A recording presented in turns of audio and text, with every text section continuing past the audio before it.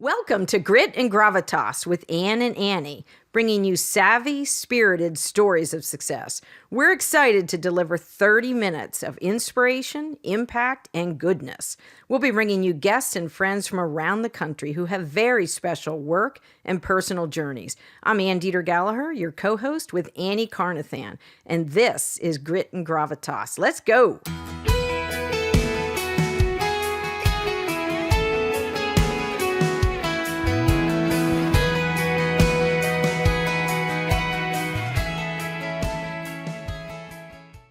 This has been a power-packed day, and we're about to launch, or we are launching a new season. This would be season 4 of Grit and Gravitas. Goodness. And we're excited. This is a power-packed day of awesomeness with our podcast like faster guests. than kids grow up. Yes. Season 4 now. Wow. Leigh Hurst, we have in the podcast studio. Welcome. Leigh Hurst. And founder of Feel Your Boobies. Just celebrated 20 years, and that is a major milestone. We are so grateful for your organization, your mission, your passion. 20 years is like a big deal. It is. That's a big deal, Annie. Right? I know. And for anything grassroots, like I just go immediately to fundraising.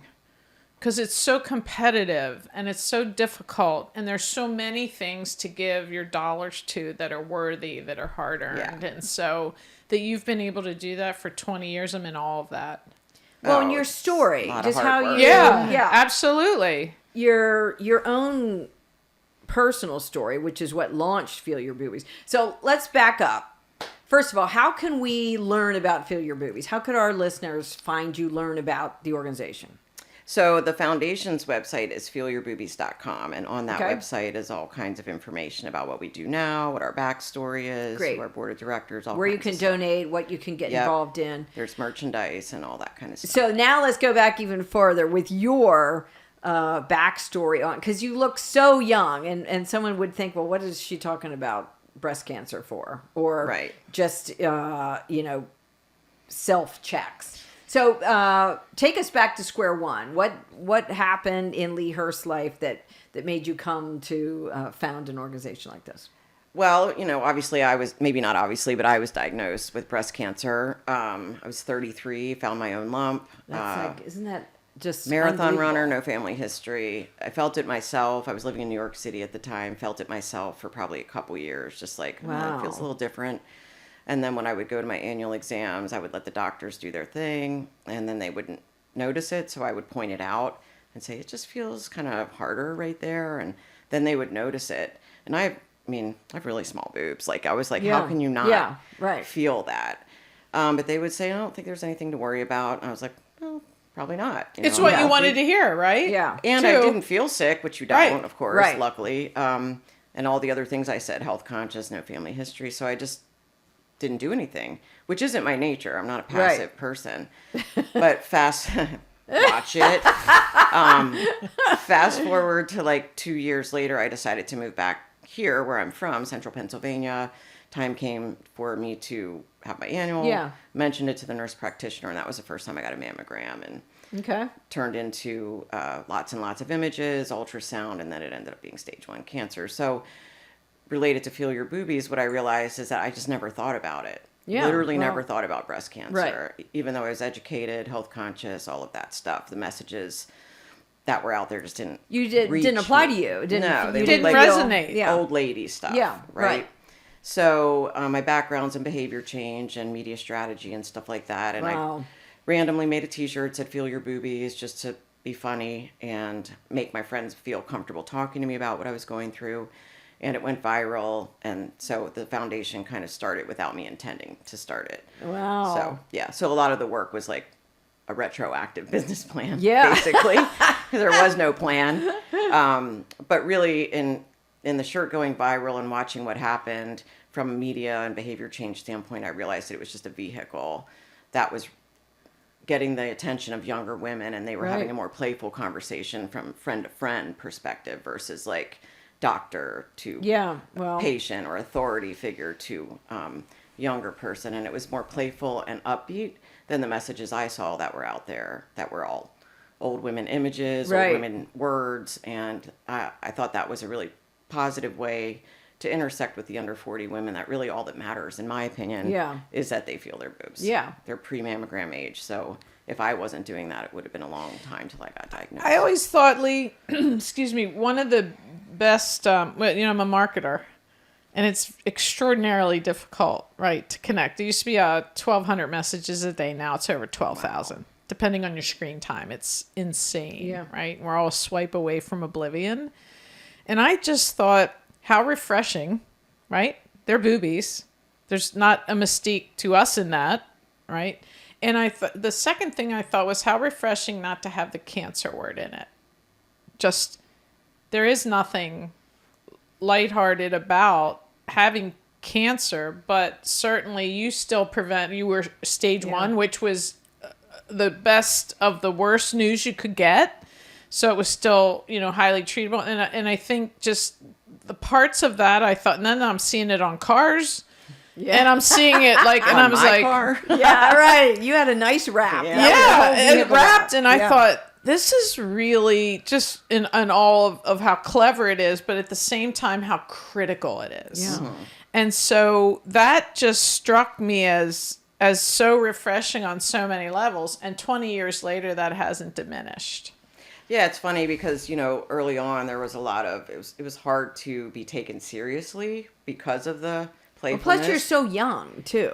That, and I wasn't really established here professionally, so people right. didn't know my background and all of that, but which did pose a challenge. And Central PA is a little conservative, I think. So it took a long time for banks and places to be like, sure, we'll give you money. What are you doing? Feel your boobies? Well, you should have attracted attention on the bank agenda. But it was also kind of forward thinking in the way that we marketed the message, right? It was intentionally meant to be like create opportunities for the people we were trying to reach to become the message spreaders, right? They are to champion the message. So when they take a magnet off of my car, they become the champion of the message and they don't even realize it. Or they take a picture of my car and share it via text. They are reminding their friends, not big, authority organization over here. And so that was hard to articulate. Like, what's the business? What are you trying to say? Business. Completely organic. Correct. And that was early days of social media. So it was not pay to play. And so a lot of what we did go viral in a sense. And saying, well, we have 400,000 followers on Facebook wasn't enough really to get a grant at the time. It was enough for people to be like, wow, that's cool. But to convert that into something that was fundable and sustainable. Sustainable for sure, because it was self-funded by all the merchandise sales early on. So that was nice. There were no strings attached. We didn't have to do all of the grants and traditional events and all of that. And once that trend kind of trailed off, then you have to start then it's time to really plug in your business plan that never happened to begin with, right? And then you have to operate like a true nonprofit and articulate the impact. Even though you have it, you've got testimonials, you don't have the traditional boxy data to make a case. That everyone's asking for to fund things. Yes. Yeah. Now, one of your early, and probably still is, stakeholders is the college age young lady, correct? Yeah. Yep, that was one of our early targets, was college outreach programs. So finding, obviously pockets of places where young people are from 20 to 40, but finding existing communities of people like sororities or athletic systems or whatever, where we could spread our message in various outreach. My goal was always to use media because I feel like it has more legs than the face-to-face people heavy model.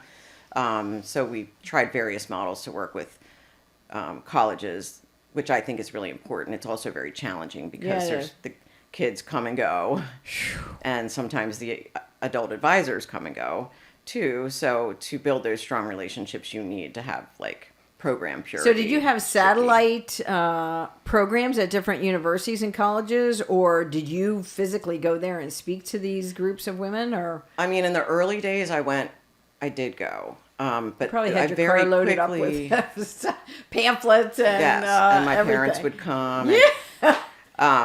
But very quickly I was like, this is not scalable in any way. Yeah. And honestly, I didn't really think there was anything innovative about like what essentially was a brown bag lunch. I was like, this feels old school to me. Yeah. So we started, once the social media stuff really grew and I realized that nobody really it wasn't tangible enough. I understood it. I'm sure you guys would understand it, but to create like fundable case around it, I'd go table and people would be like, well, what do you guys do? I'm like, well, we had a YouBoob Funniest Video contest where we got 100 crowdsourced videos and we gave $20,000 prize winning for the, people were like, oh, okay. It was like, but so then to work with the colleges, I thought, well, what if we just create materials, kits that are branded with Feel Your Boobies, with the Feel Your Boobies message on it, and give the kits away for free to college health centers. Is that how to do your own breast self-exam? Is that what was well, in the we kit? don't really promote self-breast exams. It's breast awareness, which is a difference. It's just knowing your body and not necessarily, I mean, which is fine if you want to do the whole pattern. But most women like me are just putting their bra on or their baby bumps their boob or their dog or whatever. So they say they're doing a self-breast exam, but I think it's like 80%. Okay. Just find it. So it's like what might feel different, right? Yeah. A ridge, discharge, discoloration, things that you should look for, but it's not prescribing how you necessarily do it. And colleges weren't carrying those kind of materials because, they're focused on substance abuse, healthy sexual relationships, other things that are, eating disorders, very important for that age group. But because of STDs. that. Correct. Yeah. So I thought, well, what if we provide them for free? And so I spent, a whole summer cold calling health centers, connecting with membership organizations. And that's how it started, was that. And we were in like 300 schools nationally. Well, and you have 50% of the population needs what you're talking about. And the other half can help. That's very good. I hadn't thought about that. Yeah, that's very good. Yeah, that happens a lot, actually. Yeah. People find it through their partners. Oh, wow. Yeah. That's a whole nother campaign. Me and you, let's go. We used to have a little underwear set that said "Feel My Boobies," but I think that probably wouldn't work anymore in today's climate. But anyway, then we tried to create a standalone sort of Relay for Life-ish, Thon-ish, and we called it Bras Across Campus. Yes. And that was meant to, although it was difficult, was to create a fundraising mechanism where colleges would host an event. Wasn't there something across the South Bridge? Well, that's our event. That's Bras Across the Bridge. Yeah. Okay. And then not we the modeled South that. Bridge. That's what I mean. Market Street. Yeah, Market Street. Yeah. What'd I say, South Bridge? Yeah, that's That'd be a lot of bras. Yeah, doy. No, that's a lot of bras. That's a goal. Yeah. A lot of crashes too. You can plan that one. Yeah. So my question going back, Leigh, is how would I say this? Like, why the tenacity? This was hard. This was really very difficult. So did your previous experience create this challenge? You mean the desire to like you just sort of didn't take to found an organization. Yes, and just kept sort of not banging your head against the wall, but just not that. Sometimes, this is So maybe what was the experience that most played into this from prior years, or what enabled you to just again have that tenacity? Well, I think when you find something that makes you feel like you can make a difference, like truly make a difference. Like you get an email that somebody says, I found my lump because of your and you have whole stories like that, don't you? Yeah. I mean, there's nothing that can describe that.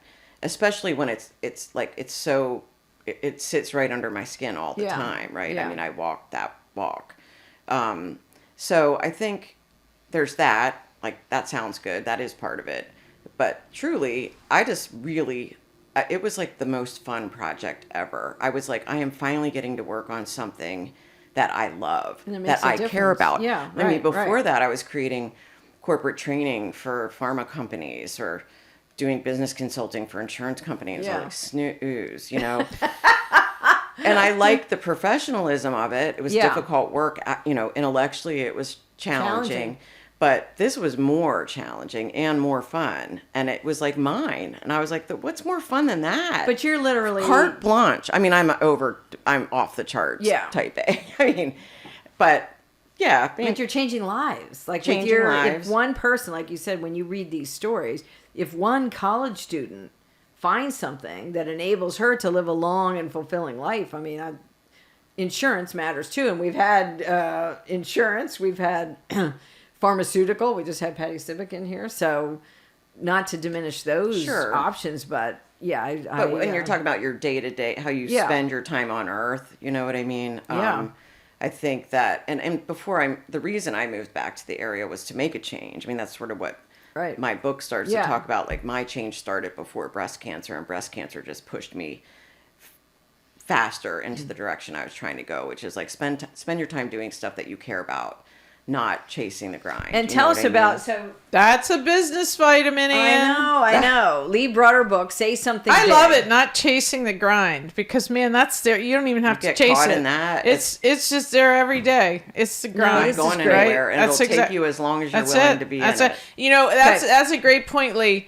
Work will fill whatever you give it. Mm-hmm. Like I work 24/7, and there's work to do. Right? No, so I love that. No one's saying no for you. That's for sure. I'm good at no. I have to get better. Well, and no one at their deathbed, we were talking about this. We've both been at several deathbeds. No one says, darn, I wish I would have worked a 70-hour week. No. You know, they all say, I wish I would have gone to that, spring concert of my grandchild's or my, child's. I wish I would have spent more time picnicking with the family and left the cell phones at home. Those are the kind of, But you had just picked up Leigh's book, and I don't want to interrupt that plug, because I want that to be, that in and of itself. Say Something Big, Feel Your Boobies, Find Your Voice. I love that. So tell us about the book, Leigh. Well, so in general, the book's about, the cliche lemons to lemonade kind of thing. But when I thought about writing a book, and people have over time from speaking and stuff, like, you should really write a book about your story. It's really inspirational. And when I sat down to write about it, I'm really sick of my story, quite honestly. Like, to thought You're not about talking like you are, for what that's worth. Right? Oh, so I'm lying. No. I just couldn't see, like, sitting down and writing it start to finish and being like, who's going to buy that, really? And I really had to be inspired about what I was writing. And I started thinking about all these other women that I had met through time that also went through, like, a remarkable life change, coming out of finding their own lump at a young age. Yeah. And then they went through making a huge pivot. Some of it was leaving marriages. It wasn't all like starting something big like Feel Your Boobies. 2 of them were from our campaign. So I decided I would, like, feature 5 other women and chronicle, like, the classic steps of breast cancer, which most people say, like, finding the lump, diagnosis, treatment. These are the ways women talk about it. And so the book's set up that way, and it says about each of our stories at each of those points in time. So you might relate to me during part of my journey, but you might relate to another woman. Because I didn't have kids, so maybe you did, and you want to know about how somebody navigated that.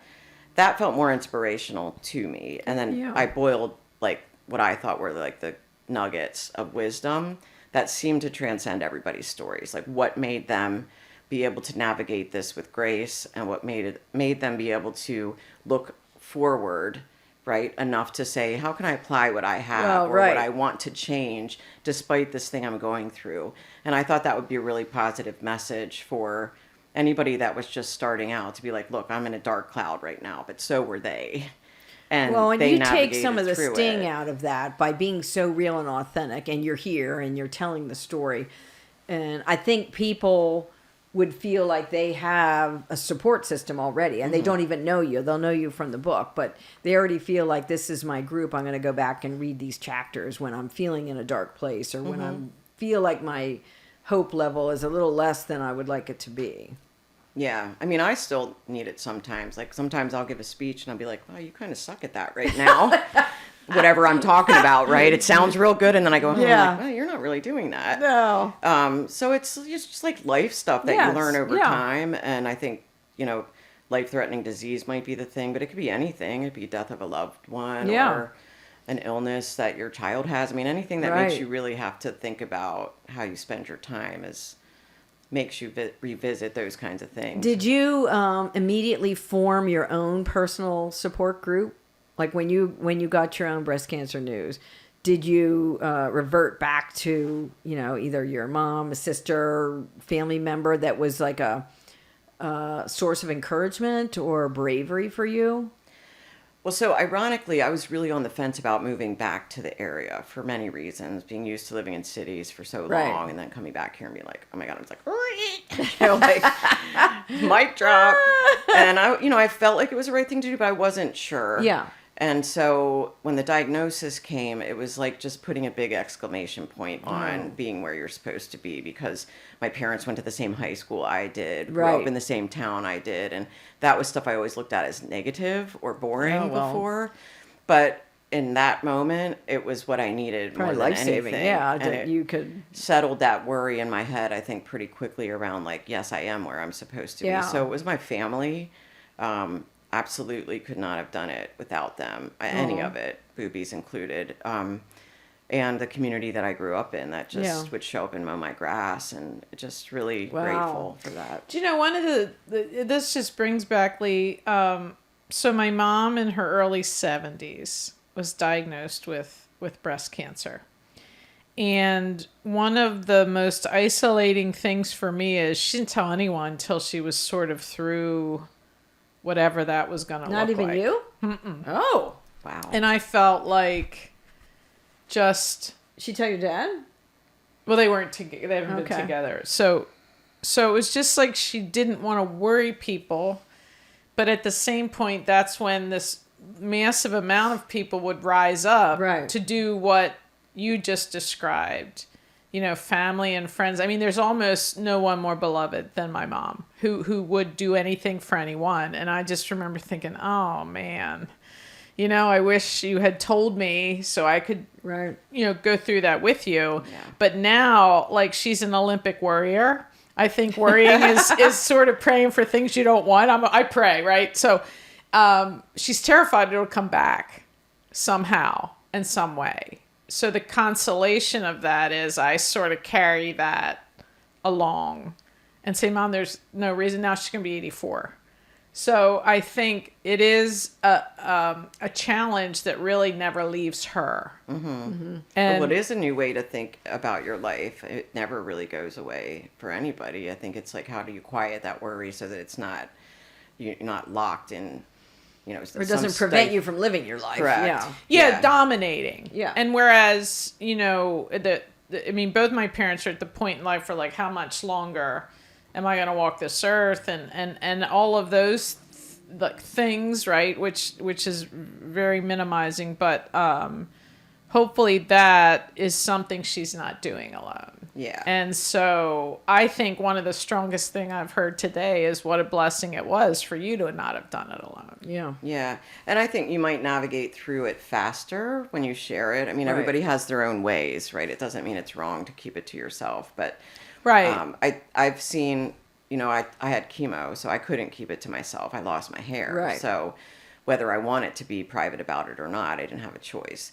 So, and and you had children, so you can't No, really... I didn't. Oh, you didn't then? I thought you had the breast boys cancer. then. Okay. No, Okay. no, that was and you a started blessing. to me spread the burden around, Leigh, where a little bit of like it just spreads it around where it's Well, it makes you deal with it. I mean, I was going to say that I've had friends go through it who chose not to talk about it much, didn't have chemo, so their hair didn't fall out.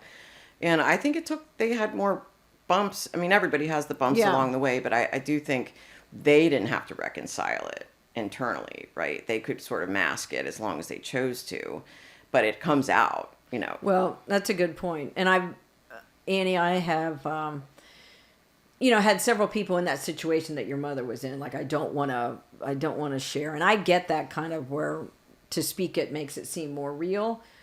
But I also have counseled friends and family members to say, but you just robbed me of the opportunity to serve you in a way that might be my gift, and to allow someone to come, especially a parent, allow us to come along and walk with you. The least I could do for her, right? And I'm sure she meant it to be good and to not worry you and burden you. That's it. and you're looking for the opportunity. Can I please repay what the last 50 years have been that you've been to me? You've lifted me up and been there. Everything. Yeah. And when I think about hearing about your book, Leigh, it's all these women willing to share that. Yeah.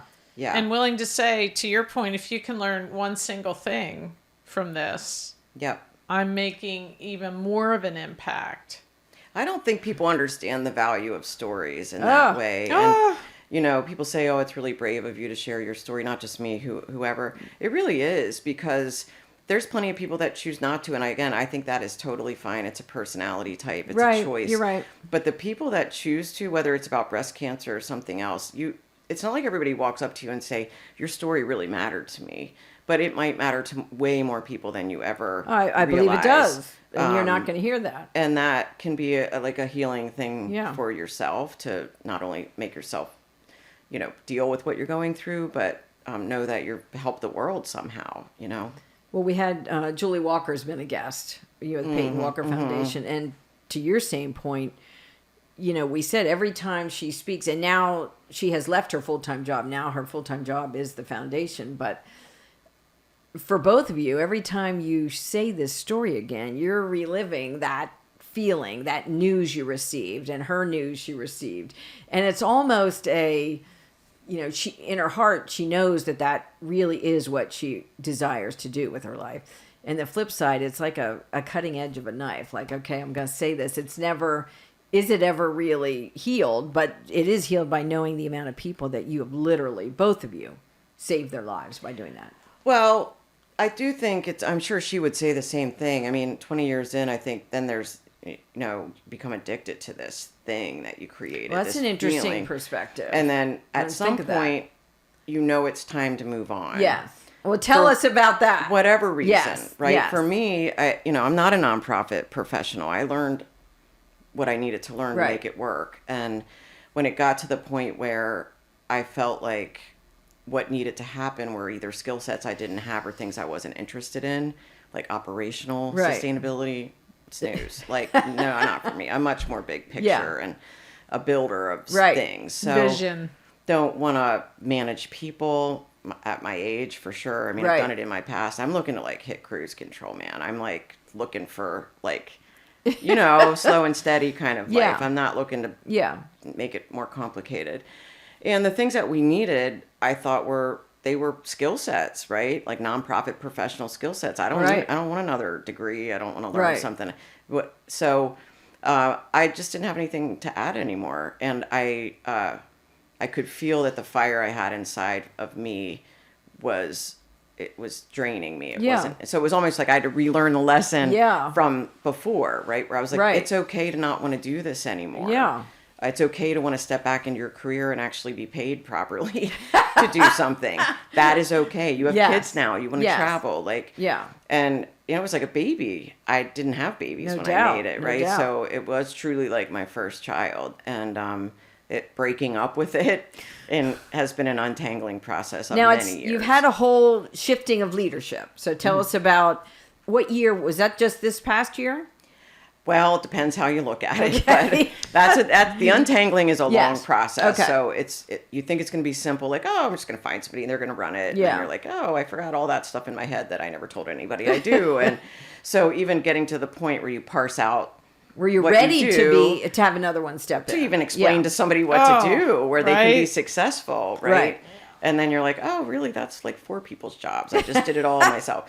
So that, and because of having a board that I was essentially the worker, nobody had to govern me, really. I mean, they were there from a governance standpoint. For support, probably. Well, and by law, necessity, but that's much different than when they have to truly understand the vision and understand how to manage an executive director. Because that's the job of the board, right? Is to be the boss of the executive director. No one really had to be my boss.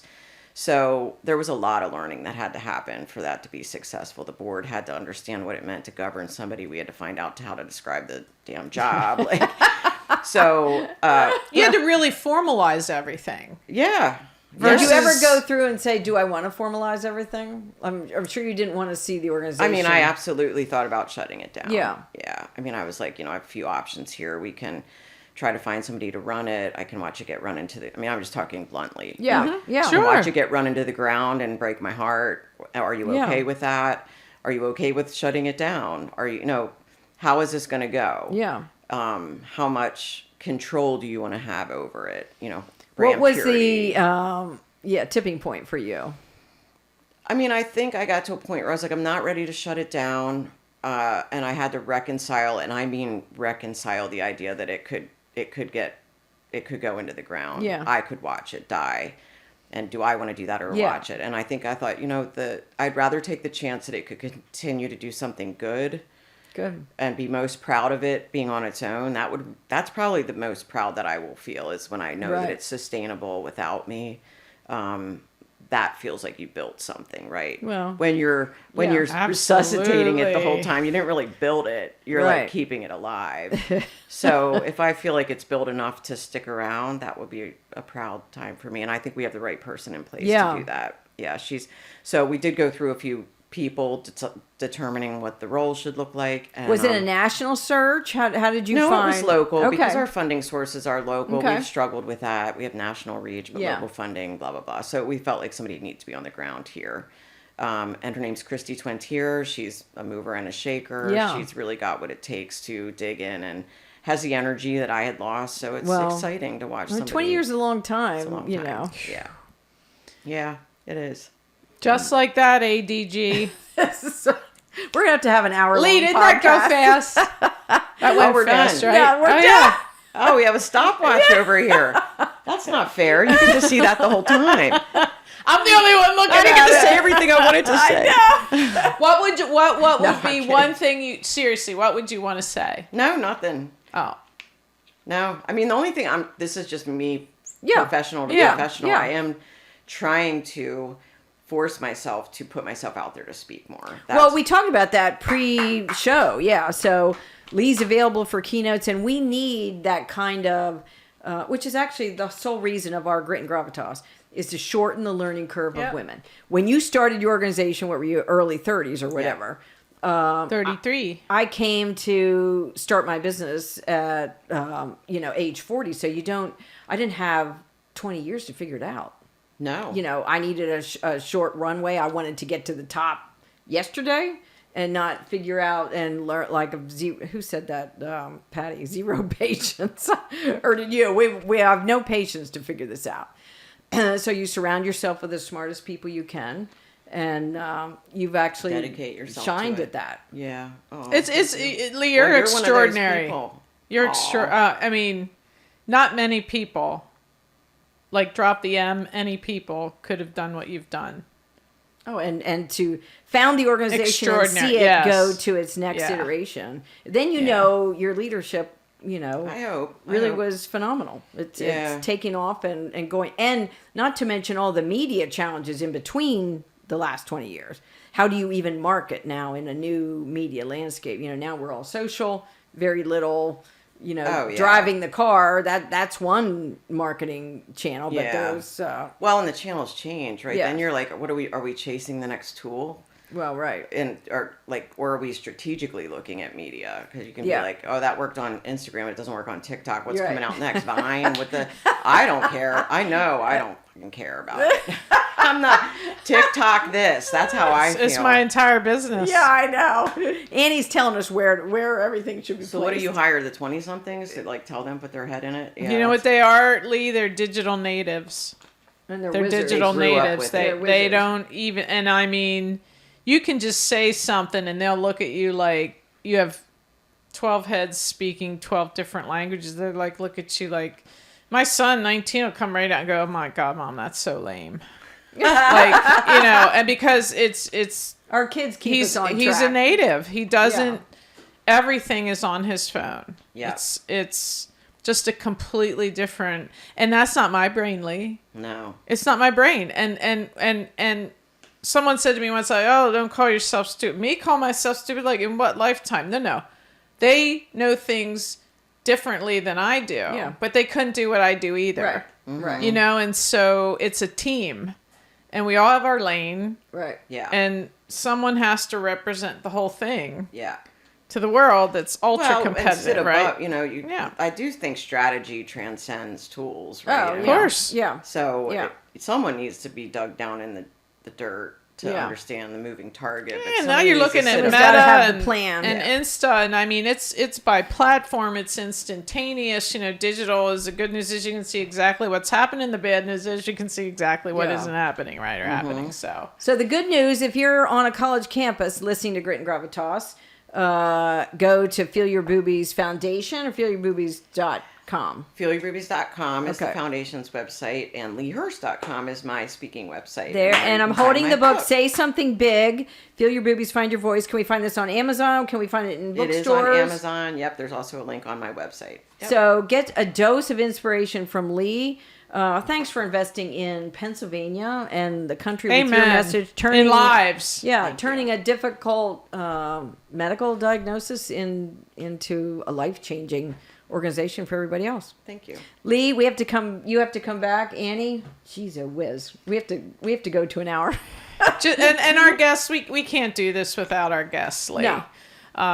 We don't have stories. We don't have the ability to share and to put it out there for everyone to go, oh, you mean that happened to her too, right? And so Yeah. just can't thank you enough for taking your time to come in and join us. Well, thank you for taking the time to create something that allows stories to be put out there. It really No, does mean a lot. our pleasure and a blessing to do so. So have a high gear day with that final note. Annie Carnathan, till next time. Thanks for listening. It's our desire that these stories will bring energy, ideas, and fresh thinking that you can use today. Subscribe to our podcast and follow us on Instagram, and have a high gear day.